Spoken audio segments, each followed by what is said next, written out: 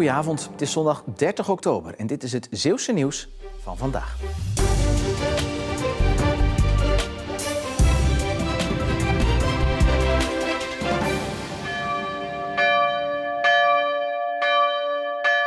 In Hoedekenskerken werden vanochtend de 38 burgers herdacht die daar tijdens de Tweede Wereldoorlog om het leven kwamen door oorlogsgeweld.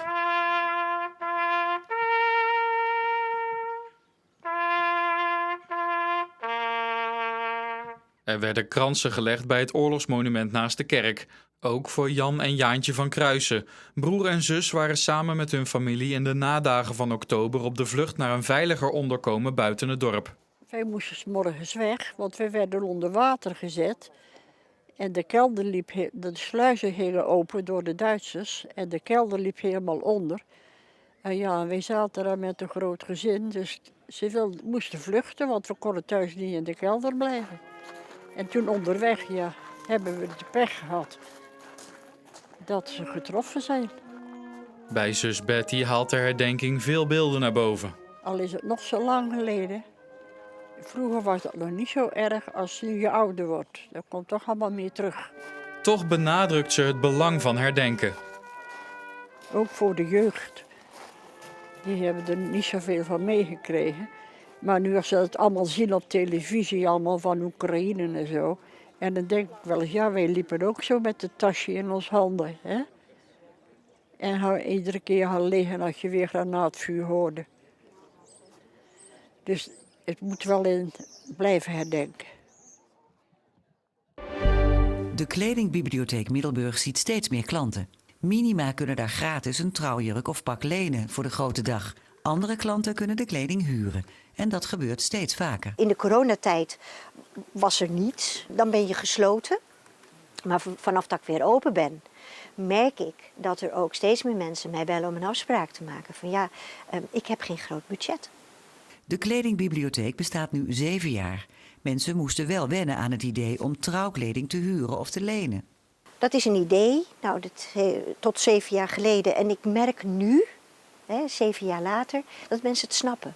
En dat ze het ook gewoon vinden. Dat ook vooral die dames zeggen, ja, ga toch geen duizenden euro's uitgeven aan een jurk. Terwijl ik hem bij jou kan huren. Want bij mij komt hij ook alleen maar op de zolder terecht. Ga er toch niks meer mee doen. Budget of niet, de droomjurk moet er komen. Ze willen toch dat moment hebben met z'n tweeën, dat ze gaan trouwen. En toch die trouwjurken binnen hun bereik krijgen. En dat kan hier. Want daar gaat het uiteindelijk om. Want er hangen trouwjurken vanaf 40 euro te huren. Nou, daar kan je geen bult aan vallen, zeg ik altijd.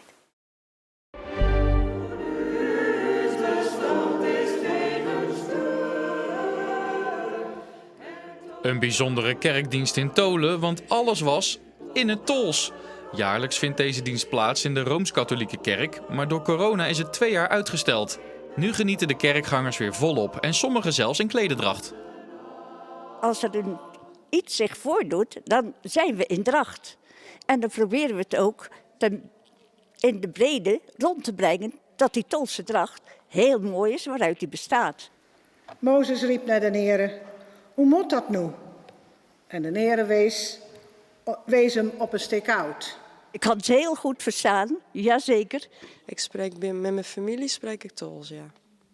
Ja, natuurlijk. Ik ben een echte Tolenaar dus. Ondanks dat de bezoekers het wel kunnen verstaan, is het dialect toch uitstervende. De jongeren die spreken nauwelijks Tols meer. Die spreken Hollands. Dus waarom zou je het in stand houden als er nauwelijks meer mensen komen? Dus ik vind dat je rustig na een paar jaar kan stoppen. Een verre uitwedstrijd voor Hoek in de 3e divisie tegen ACV uit Assen. En die ploeg komt al in de 2e minuut op een 1-0 voorsprong door Niels Grevink. Hoek speelt heel matig in Assen, maar komt vlak voor rust wel op 1-1. Gert-Jan Martens tikt binnen en dus is de ruststand 1-1 en Hoek mag daar niet mee klagen. 1-1 blijft het heel erg lang tot de 84ste minuut. En dan is dit Tapmahu Sopakue. De naam is misschien nog wel mooier dan de goal, maar het is 2-1 voor ACV. Dit is de keeper.